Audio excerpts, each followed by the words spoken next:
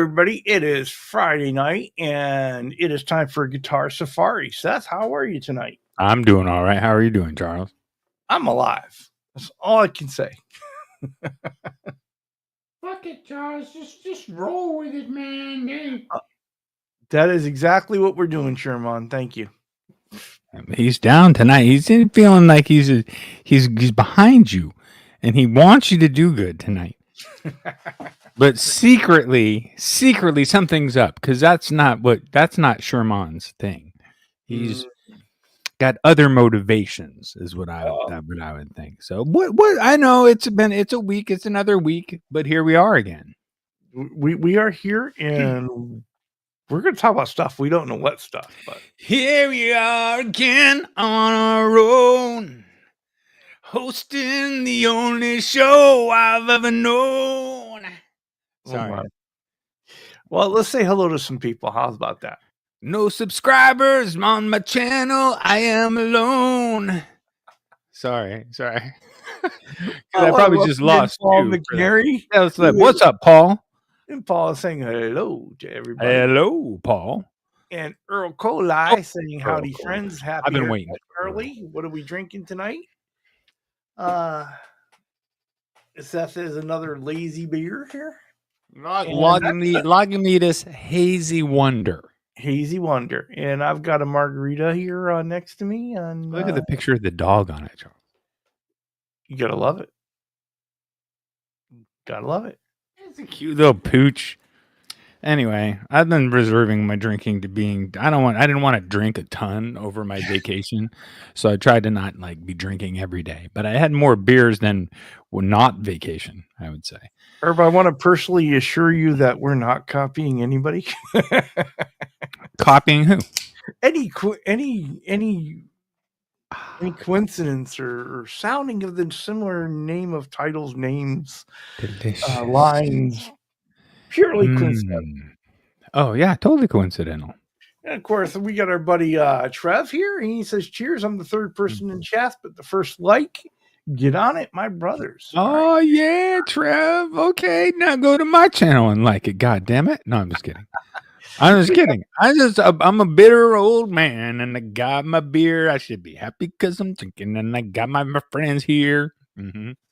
Well, Seth, Randy Crooks is in. He's saying hello to everybody, and he's saying that your LP is looking great. Thank you, my friend. So we got this one here. This one that's actually playable, and they got it. So it's sounding good, playing good. It's fun to play. Then we got this one, Charles.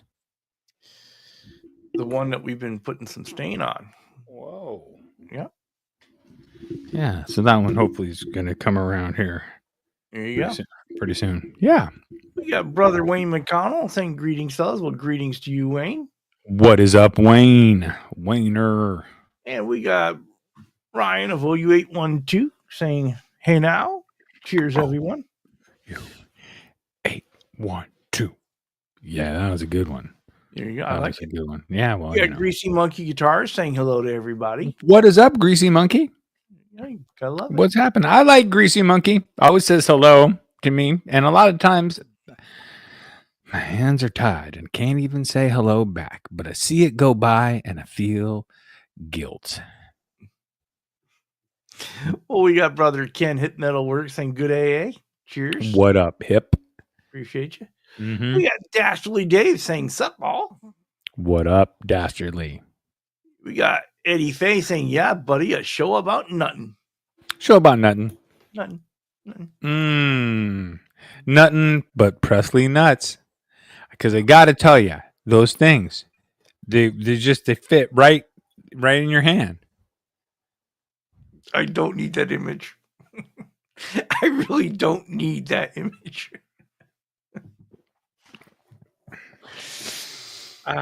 Well, we got 42 and 43 millimeters. Happy Friday to all. Yep, happy Friday to all. Yep. And we got Cushman NYC here with us. Fox Guitar Rocks. I'm talking about a vacation. And he said he has slipped over to the dark side. Box guitar, baby, bop, boop, or ribbity beep, a skibbity. What up, dude? We got Keith H. Keith H., you are here, my friend. Keith is here. You What? is happening, Keith? Yeah, we got Time Surfing Alien. What up?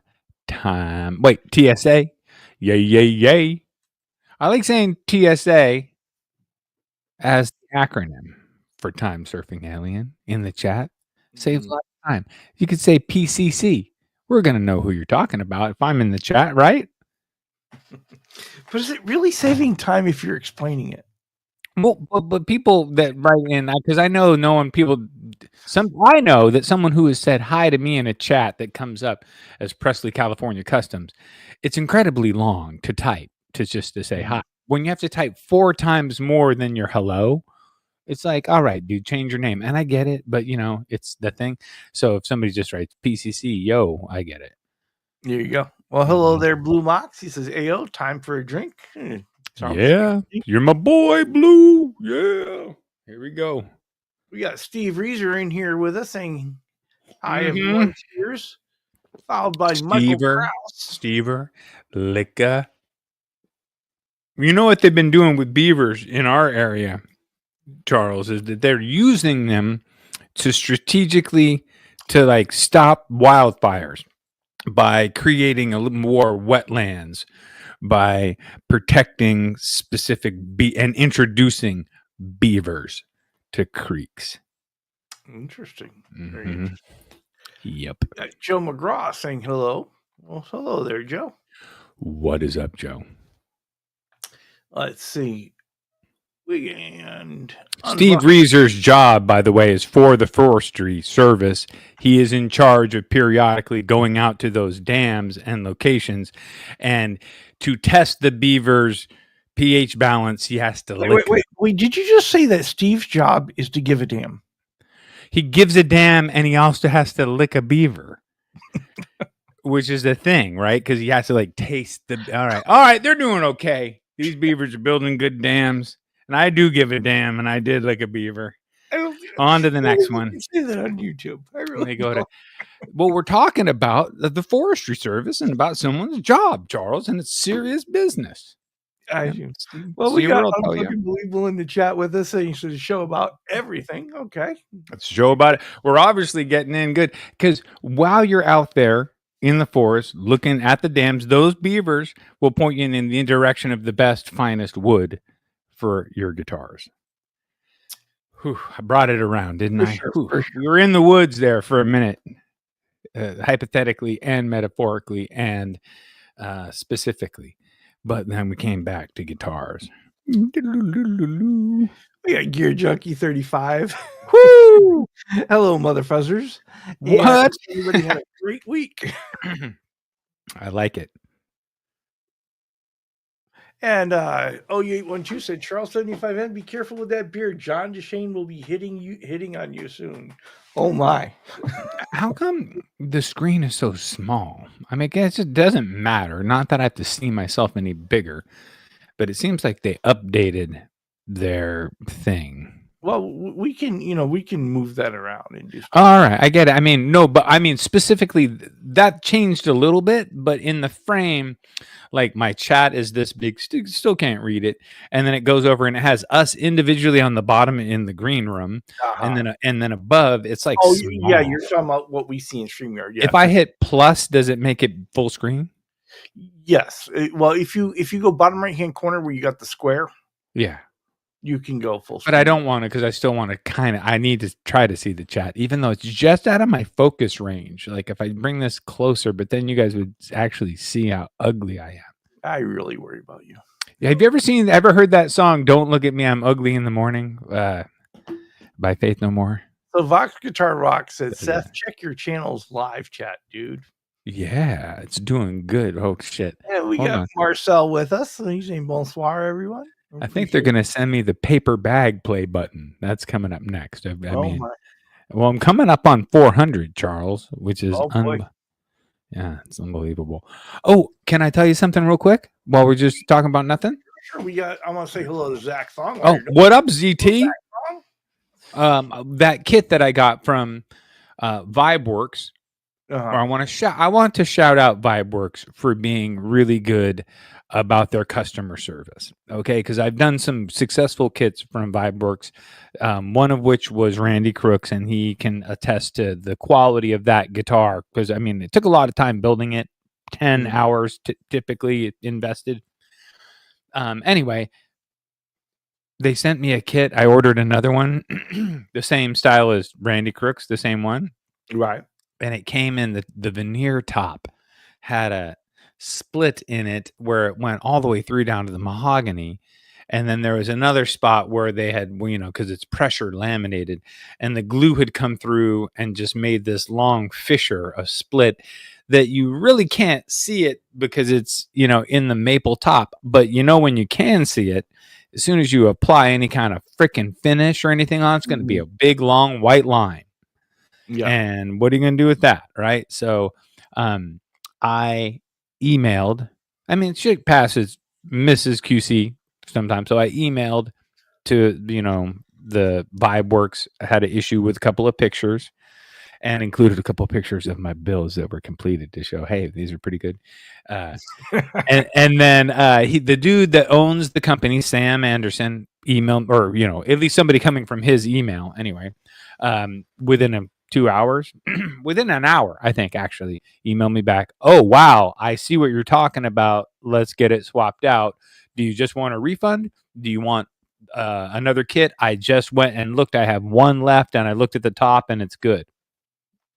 So, that's good service, right? Yeah, that's not bad. That's not bad. So I said, you know what? Send me the one that you just looked at. Yeah, you don't mind when a company messes up as long as they're going to make it right.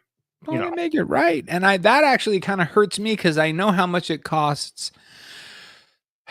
Those kind of mistakes, when something goes out that wasn't QC'd and is rightfully has to come back and do all that costs him. He has to now make another 2 sales or whatever it is, because when you had thinner margins, right, to make up for that, which I hate being that guy, but also I'm trying to sell to an end customer, and he should see that in seeing, like I sent him a link to my reverb thing saying, look, this is where your kit is going. I'm turning it into this, and I explain my mathematics, like I put in this many hours and I expect this much per hour, which isn't a lot.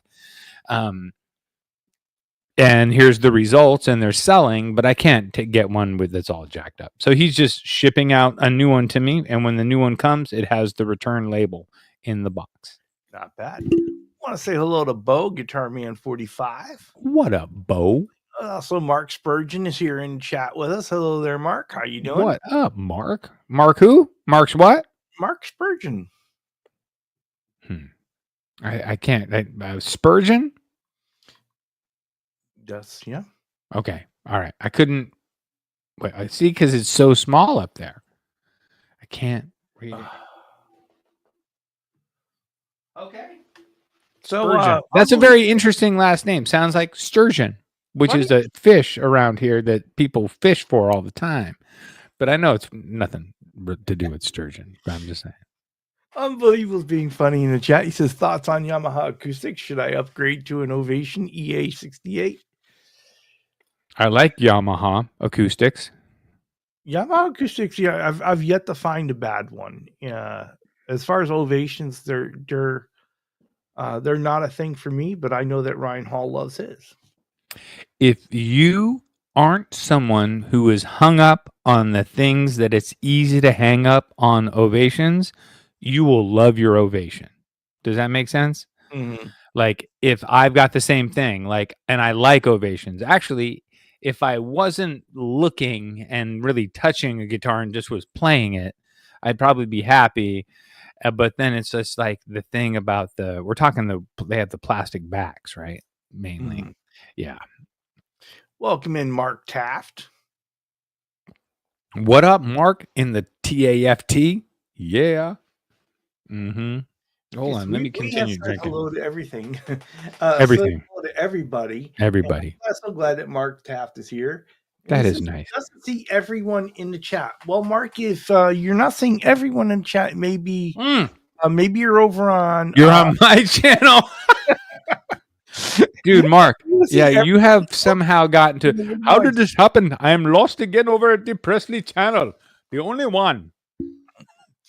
Sorry, Mark. You might be watching on my channel. 812 is saying, get a acoustic starter pack. Unfucking believable.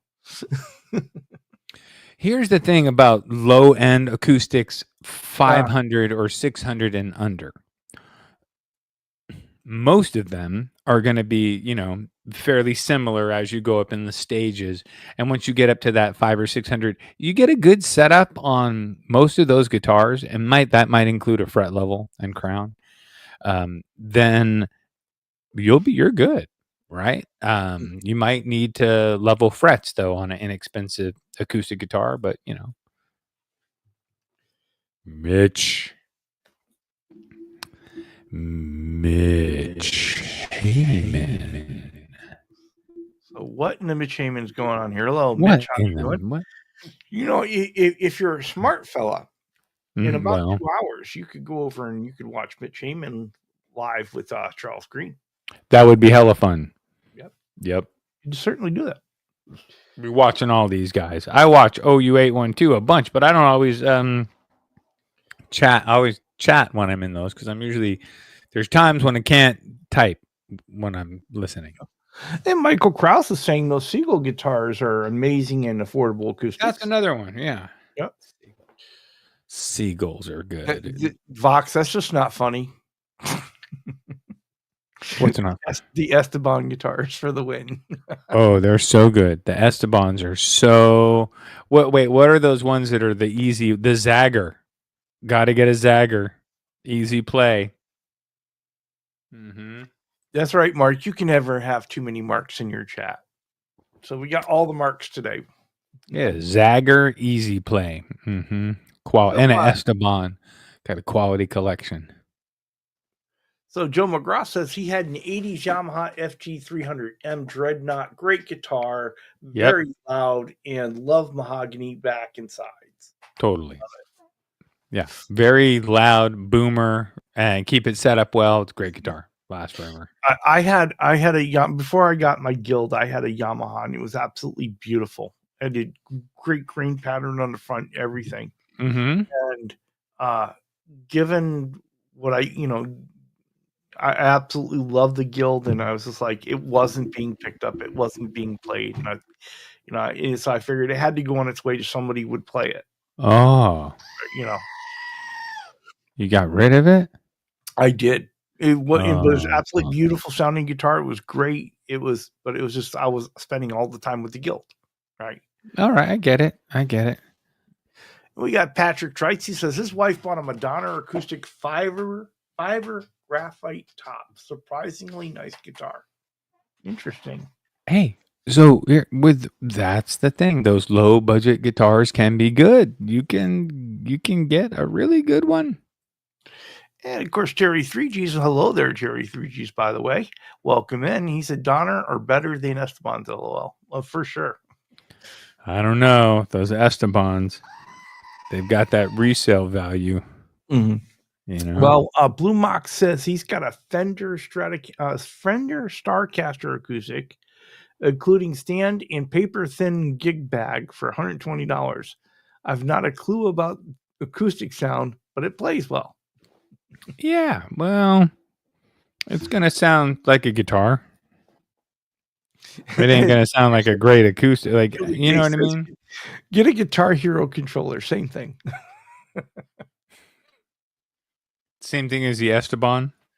Very similar to the Esteban, I think. Guitar Moxford says Martin makes fairly nice acoustic or two. Sure they do. Yeah, no, I know. You could get into a Martin for like the baby Martin or the baby Taylor. Mm-hmm.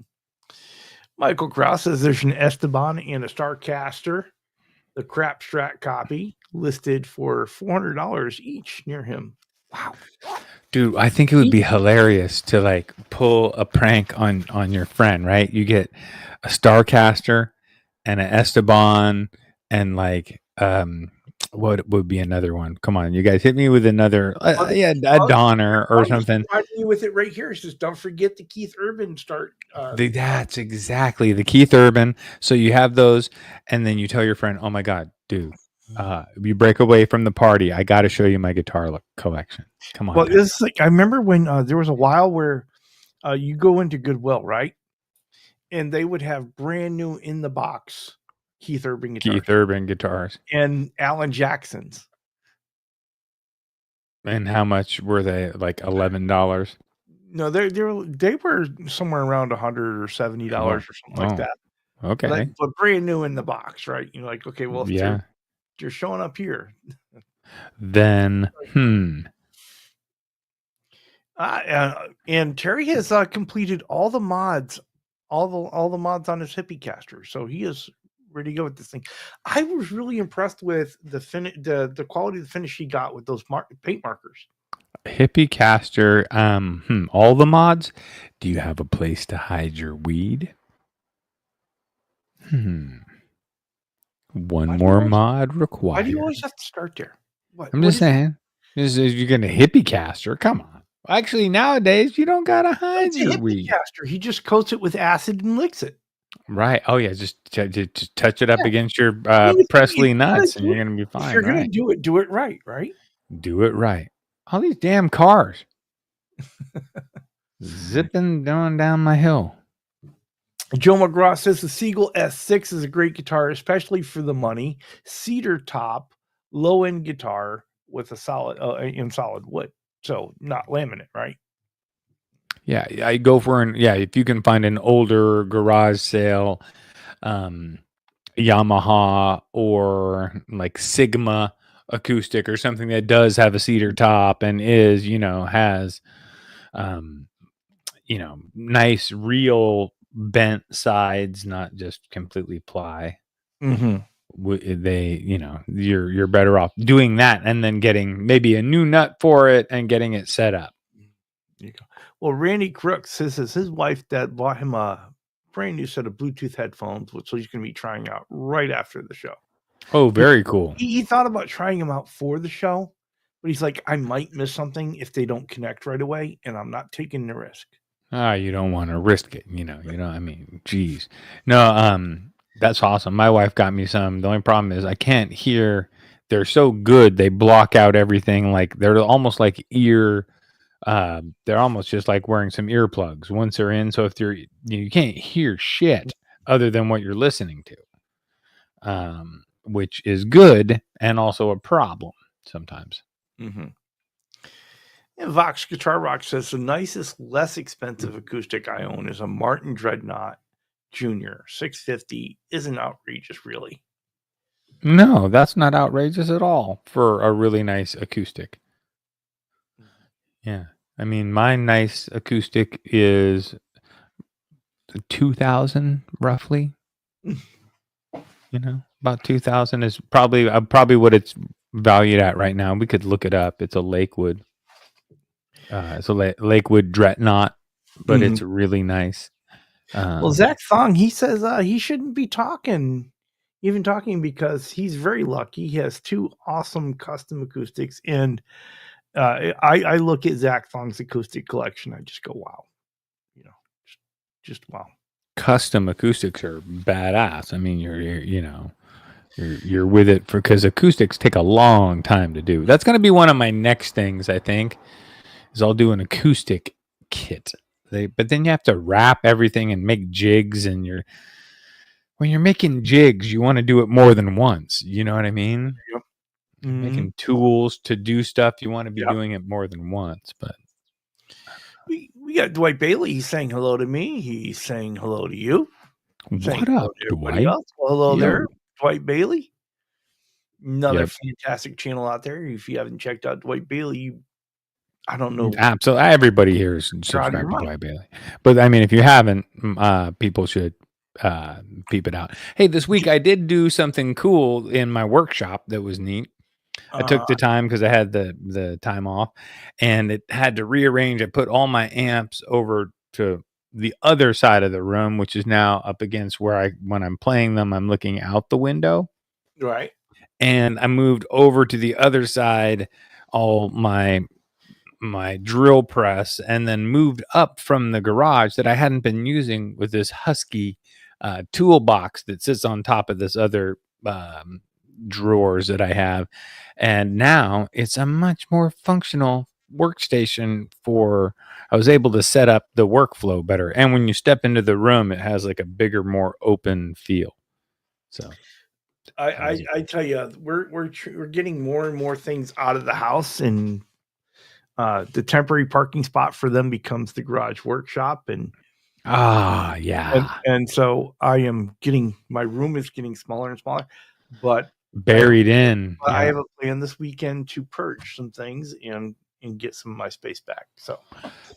So that happens to me, Charles, too. Literally the same thing, but I transfer it into, because the guitar shop has a small storage closet where I have a 6-level shelf where I keep top. I got a couple guitar cases, then I got parts, and stuff on the bottom. I've got like chemical stuff and thinners and other stuff. So, but that's where I'll take, if Amazon boxes come in here and other stuff just gets put in here, then I'll put it in there before I do the show, and then I got to come and clean it up every now and then. So I feel you. Same thing. It is, but it's one of those things where I do have a plan to go ahead and get back a lot of that space this weekend. So yeah, wish me luck. I was happy to take. I had these. When you open up a toolbox, in the top of the toolbox is a little plastic thing that you can organize. So I had a couple of those that were up on a table that I wasn't using as much, because those things were taking up a third of the table. And so was bringing that toolbox up, I was able to now use this whole table as my, it'll be dedicated for guitar wiring, and I can do sanding over there. I mean, it's just a good spot to do a number of things. Excellent. Yeah, that was cool. Don't get a ton of time and, I did this.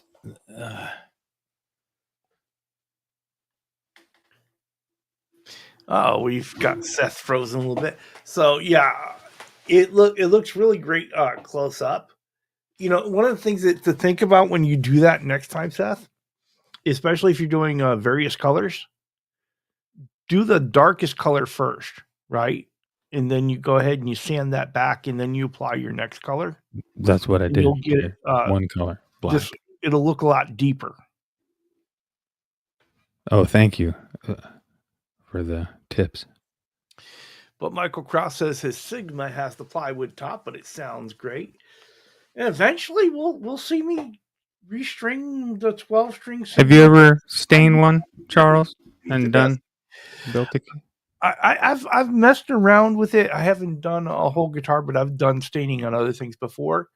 And so that's how I can tell you, if you do the dark first and then you sand it back, the dark stays in the deeper grains. Can you see that that's what I've done? Yeah. Yeah. Okay, good. Yeah. I only did, so this one, I didn't want to add another color, because I was you just did the one color, right? Right. And now the next one, I think I'm going to do blue. Add another color over it, then you'll end up with the depth, because you'll have the dark color underneath and then your new color on top.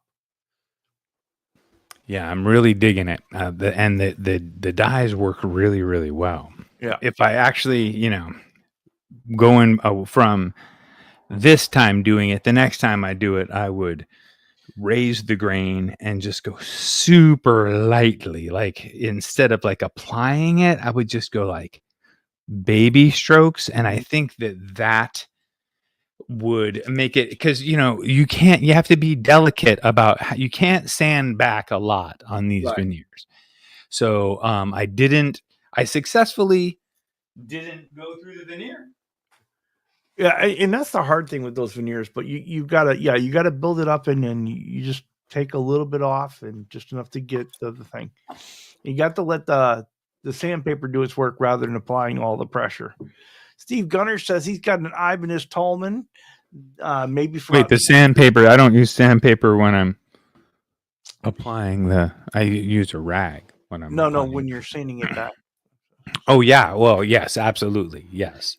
Yeah, so and change your paper often, and it's best to have constant suction right where you're vacuuming, so that the dust disappears immediately and doesn't go into the pores of the wood. You don't want that. Yeah, well, Steve Gunner, he says he's got an Ibanez Tallman for about 20 years or so, and he paid $200 for it new, and it's really not bad for its size. Okay. No, the Tallmans are cool. They're like a telly almost, right? Aren't they kind of like a telly? I love this. I love this. Mark Spurgeon says, my first wife bought me a Yamaha acoustic. My second wife pawned my Yamaha acoustic. My third wife didn't buy me any guitars, and she died accidentally. Or did she? Or did she? Oh, my. I had an ex who threw a surfboard into a wall. I don't think I've had any guitars that were harmed. No guitars that were harmed that I can remember. Surfboard for sure. See, we didn't know this was an acoustic show. We just found out. Yeah, no, I'm digging. I haven't. I made me want to pull out my acoustics. I haven't had them out in a while.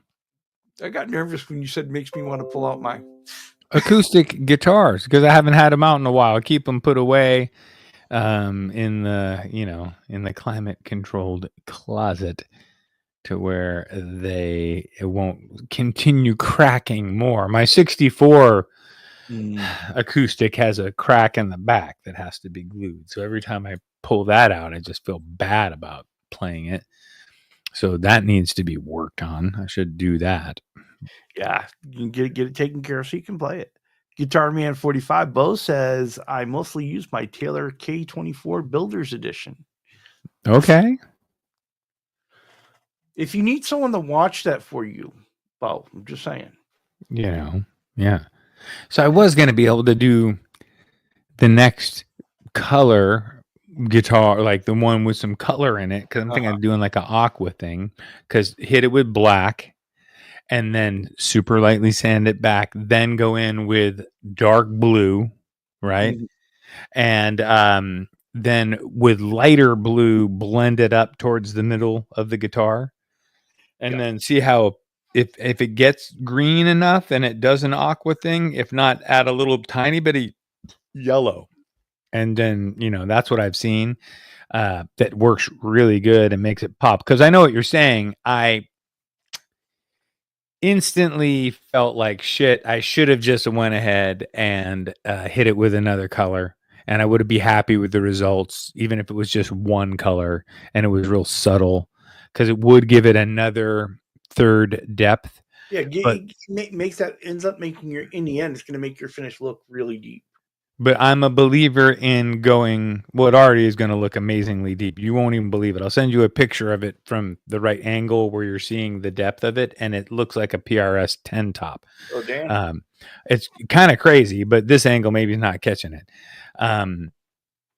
And I have yet to, like you said, do the final sand back, and then I do the wax and buff it. So it doesn't get quite as glossy gloss as a, as like, a 2K sprayed guitar would clear. But what it does get is this like violin gloss finish that looks really true, right? The guitar like breathes. It's cool. Awesome. Well, we got Charles Green with us, and like I said, about an hour and a half, you could check out Charles Green live with Mitch Heyman. Because after us, of course, you got to go over and watch Quentin James and Steve Brand and Guitar Talk Universe. Oh yeah, GTU. I like how they abbreviate that too. Yeah. Yeah. So welcome in, Charles. Charles, I've done some sanding work on that Telecaster body, and we're gonna go and fix some of the defects in here this weekend. And before too long, we'll be ready to start putting some fabric on that. Nice, wicked nice. So, when was the last one you sent out? The last one I sent out was. Oh, I don't even remember now. I know how it is. I know it was been a little while since I couldn't even tell you, but I've got so many on the bench right now. I finished. I've got just a little bit more scraping to do on Brother Ed's Freedom Caster. Nice. And then we start Charles Green's guitar. There is an LP Junior that we're doing with a pirate theme, and there's Randy Crooks' build that we need to get going. Killer. Wait, oh yeah, you're doing the exact same. Yeah, we're doing pretty much the exact same, except this time I think I'm taking a headstock with instead of the Warmouth neck that was on the other one had a Strat configuration on it. on the headstock. And so I think we're going to take this one through. People didn't get to hear this guitar last week, Charles. So. No, they didn't. Let me go ahead and take off that echo cancellation. Oh, thanks. I'll just do a little a little playthrough. There you go. So we'll do clean neck pickup, a little tiny bit of reverb and delay. And while you play that, and the clip says, "New song I just learned. Do you feel like I do?" The next step is talk. Right now,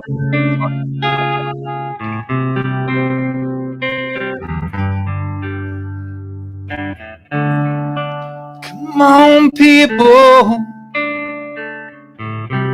Charles and me. All right. So middle. Mm-hmm.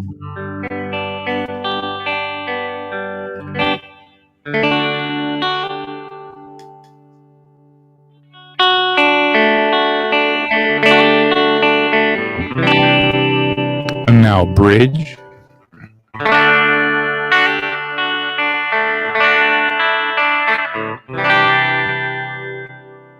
I'm going to add in, go over here to the high gain since I'm on the bridge.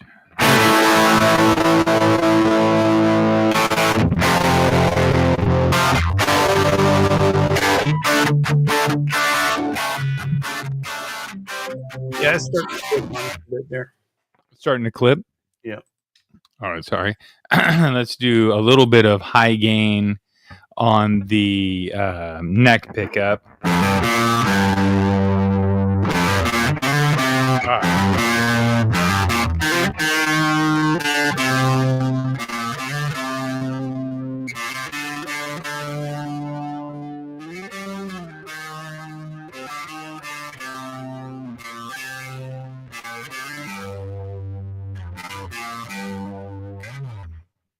Oh yeah. So I just want people to hear it.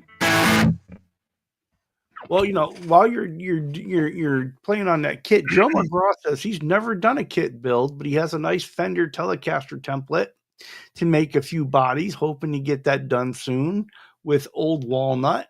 But sure, we'll have to chamber them. If I can, I will cut the walnut to a 1/4 inch. Ooh, yeah, that would be awesome. So I've been trying to practice this solo.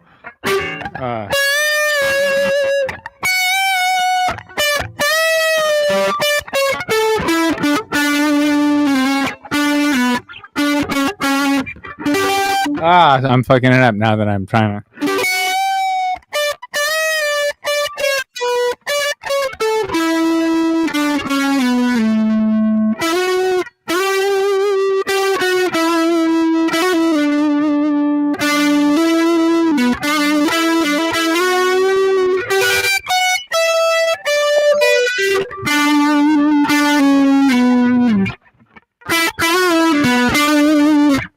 All right, that was terrible. But you see where I'm trying to do the comfortably numb.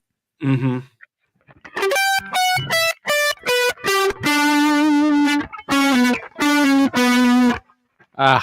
Anyway, something like that. I like this guitar, though. I don't play a lot of Les Pauls, but it's nice to have one.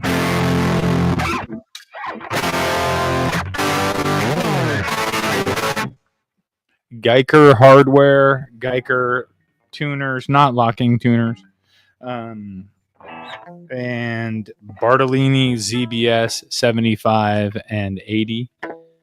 75 in the neck, 80 in the bridge, which is a high gain distortion liking set of pickups, and killer mahogany on the back. It's 2-piece, but the one side is just crazy. Thank you, Trev, for letting us know. Trev says the OU2 crew will be live in 25 minutes as well. Appreciate you, buddy. Cool. So we got like right after us. Yep. In 5 minutes after.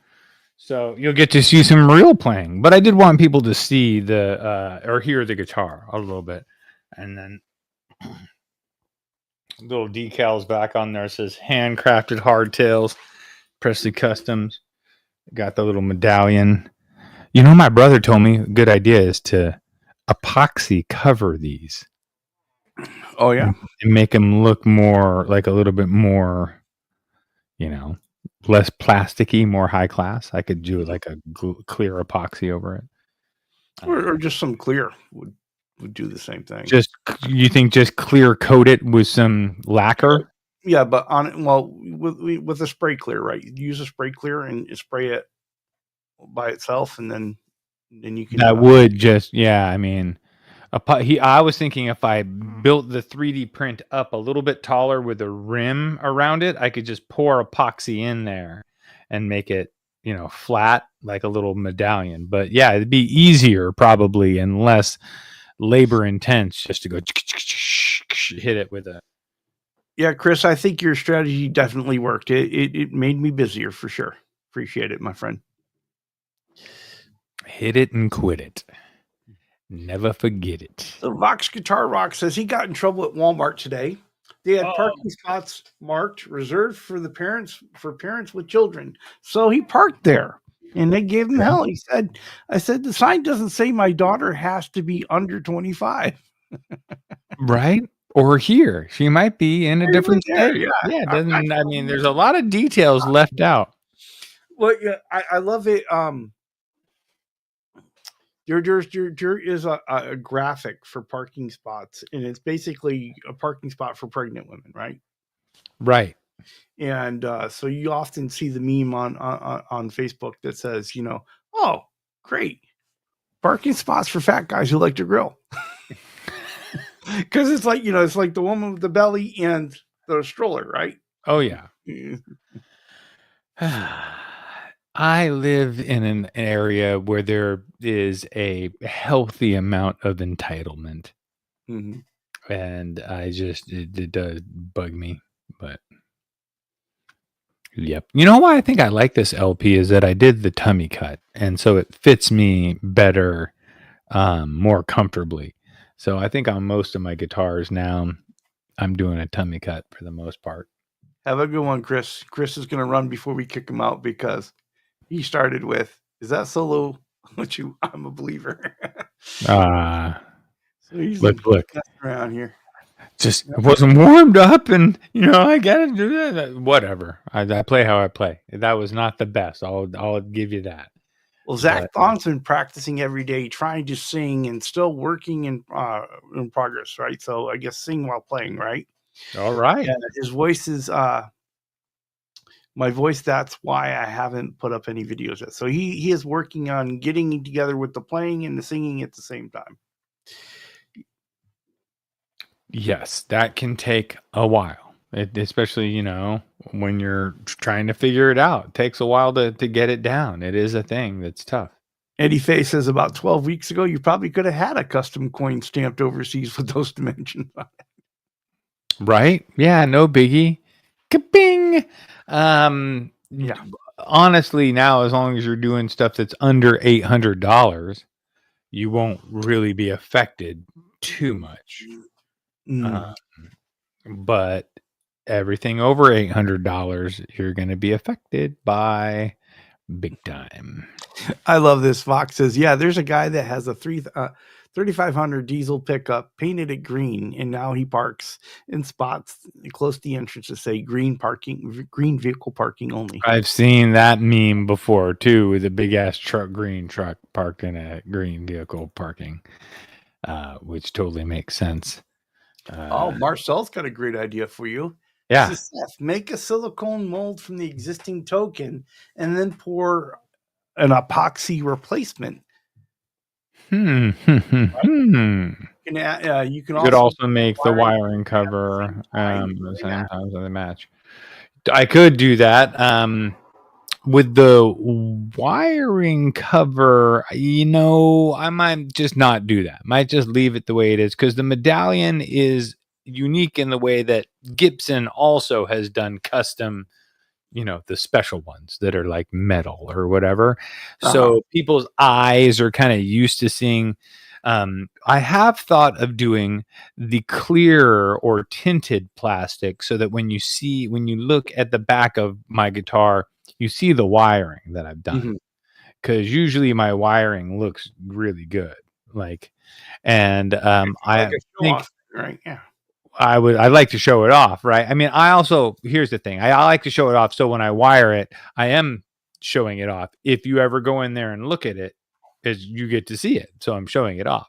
But that's a little thing that you do on your own to make it look nice. You don't always have to, sometimes you make excuses, like you leave the wires long in case somebody wants the longer wires, and you leave them wrapped up and have a little zip tie but it does look nicer just to say fuck that and wire it exactly up where it goes and have it perfect. That's how I do. Yeah. At least custom strats. If you get a custom strat from me, I'm going to wire up the pick guard and cut those pickup wires accordingly. Nice and short. Yep. Well, Vox Guitar Box has a gear-related question for us. He says, thoughts on the new Behringer Fuzz Bender pedal. He thinks his wife is getting him one for his birthday. Well, that's fun. I mean, any pedal that's going to sit you down and have you play for a couple hours, bending some fuzz around, it's worth it. Worth it. $40, worth it. $60, worth it. Because you are paying for the time that you're going to sit down and actually fiddle with and have fun with and enjoy. That's what you're paying for, man. Is it the best fuzz pedal that ever existed that, everybody's using on tour? Nope. Can you have fun with it? Is it cool that your wife's getting you one? Remember, Charles, do you remember when I thought that I was getting a guitar for my 50th birthday? And I was like, oh, dude, that guitar, it sold off of Reverb in 7 days before my birthday, Charles. It could be happening. It might be happening. And then the whole time before my birthday, I was waiting. I was like, oh, she's just hiding it. Don't worry. Then a day past my birthday, I was like, well, maybe she's just waiting until, since we're getting together with the family for the dinner. No, none of it. I got a jacket. I am waiting for a bass guitar kit to come in. Ooh, fun! I got a bass guitar kit coming on the way that I'm going to do for Martin of L&M Guitar Corner. And heard from a little bird the other day that it might be coming pretty soon. So are you assembling and building and finishing the whole thing, or are you just doing the body and sending it back? I'm doing the body in the headstock. More after that, we're probably going to have to talk about, because I know Martin likes to do all his own, a lot of his own work, and he would probably certainly do a better job on the wiring than I would. So, not that my wiring skills are bad, but where did I learn? Yeah, when I want to know how to wire something, I call Martin. Yeah. Yeah, that's way better than building the whole guitar if you're sending it back for someone who, like Martin, who already, like you said, knows what the hell they're doing. Saves you a whole lot of time. Today I did a whole fret job because the kit that I was working with, it didn't have level frets. So I had to freaking level and crown the frets, which now my shoulders. I am so sorry. I didn't mean to laugh and interrupt your thought. My shoulder. Steve Gunner had me rolling. He says, my wife caught me buying a big muff on Facebook and wonder whose muff I was playing with. Yeah. You don't want to have her look at that credit card statement, right? She's like, what? He was a big muff. What is this? What? I mean. I couldn't. I'm sorry. I just lost all. Well, and of course, Greasy Monkey Guitars to play along with this. Steel Panther just released the new Platinum Pocket Pussy Melter Overdrive mini pedal format. See, there's all the Steel Panther pedals I have. Right. Here's the thing. There's certain products that I might love the amp. Like there's a couple of amps that I could love the amp, and even if I could afford it, I can't have the pink taco at my wife's not going to let me have the pink taco amp that costs $2,500, or there's a couple others that are just unbelievable names, dude. They're like too much for me. And so, there's that. I'm not doing it. Mm-hmm. Sorry. Your name chased me away. I like Ford and Chevrolet and Fender and Peavey and Mesa. Even Mesa was too much of a foreign word. Mhm. Had to come to terms with it. Just couldn't deal with it, huh? Yeah, it was too foreign. But now Mesa sounds like a home. So anyway, Mesa more like a table. Boogie, right? Mesa sounds more like a table. A table? Isn't Mesa is a home in Spanish? Mm-mm. I don't know. Check it out later. Check it out later. You'll see. Okay. Eddie Faye says rock and roll ain't about high-end gear. The first instance of a rock and roll distortion achieved by intentionally damaging a speaker is widely attributed to 1951 recording Rocket 88 by Jackie Brenston. Yes, Eddie, bringing in some knowledge for us. Dropping Yes, Yep. broken stuff does constitute new ideas. So Muddy Waters doesn't get the credit that he deserves for breaking as many Fender amps as he had to break before they started to just realize that they needed to make that sound available with a preamp portion so that they wouldn't just keep blowing the amps. And then so Muddy Waters is kind of one of the people that could be accredited with helping us get to where we are with overdrive and higher gain. So remember when you were talking about Mesa? Casa is a home, but Casa. Mesa. Look Mesa. at the comment. Look at the comment. Spanish for table. Okay. I don't speak Spanish, but I'd happily sit down at the Mesa. Vox Guitar Rock says kind of like the blues store in House of a Thousand Corpses, red hot pussy lickers. Oh boy. See? You can't, I don't know. You guys don't want that on my credit card bill either. There's going to be big trouble, is what I'm telling you. Big trouble in the Presley household when you're trying to pay. Oh, the red hot pussy lickers, honey. Don't you worry about that charge. You know, what are you worried about that for? It's quality entertainment is what it is.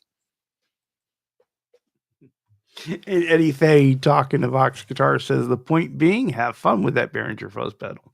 Absolutely. And that it's well worth it. So I got a Stritch.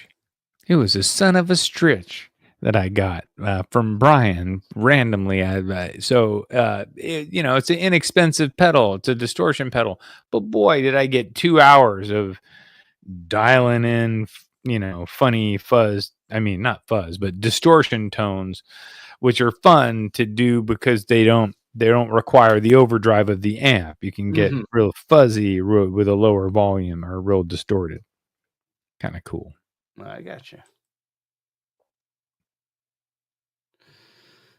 I turned up I had my Mesa on with the half cabinet, and it was just turned up too much the other day to where I actually kind of hurt my ears. It's like I am looking forward to. I'm gonna play through the Epiphone, the Electrar 210 on top there this weekend, and turn it up loud. Yeah, and so we're gonna do that. And I'm still looking to get the cab that goes with that the Valve Junior there. Isn't it like a long skinny one that goes with it? I forget. It's taller and a little bit skinnier. It's the same width as that is the head. At one time, I had a tall Fender vocal cabinet that the lure was from the person that I bought it from, who was an old dude in San Francisco, that he got it when they cleaned out Candlestick Park and tore it down. I was like, so that's kind of cool. But then I sold it. Can't have everything. It was a big ass thing, and it didn't sound that great. Sound okay. A lot real trebly. They're all little 4-inch speakers or something. 6 of them.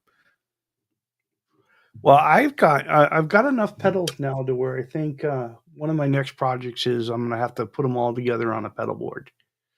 So totally. they'll come out of their boxes and they'll get used more often. Yeah, just even if you make a little home pedal board with a, with a power strip and a. No, I haven't done that, but I figured, okay, well, let me go ahead and get a nice big pedal board that I can put whatever I've got on it, and get some help from some friends to figure out what order they should all go in, right? Right. Yeah, I get that dialed in, and And everybody dialed in to start using some of these things because got a Wayland phaser over there waiting to be used, and I went to a show on LP Tuesday night, and all the musicians, it was like what they might call shoegaze music, kind of modern, rocky, weird, a little weird. Anyway, but they were all playing Jazzmaster guitars. One of them had Jazzmaster with wide range humbuckers on it, but and all had like 10 different pedals that they were using. They all had major pedal boards and for like tons of effect. Let me see. The name of the band is Deep Sea Diver, and they were pretty good. They were good. They were fun. One of the standouts for me was the drummer was just intense and just like very stiff, but on beat and like on time, but very stiff. Not fluid, not flowy, man. He was very stiff, but like cool, but kind of, I don't know. It was interesting and definitely brought my attention. What do we have? Rico B here? Rico B just came in. Yeah, he said good evening from Chile, Oregon. Hold on. Rico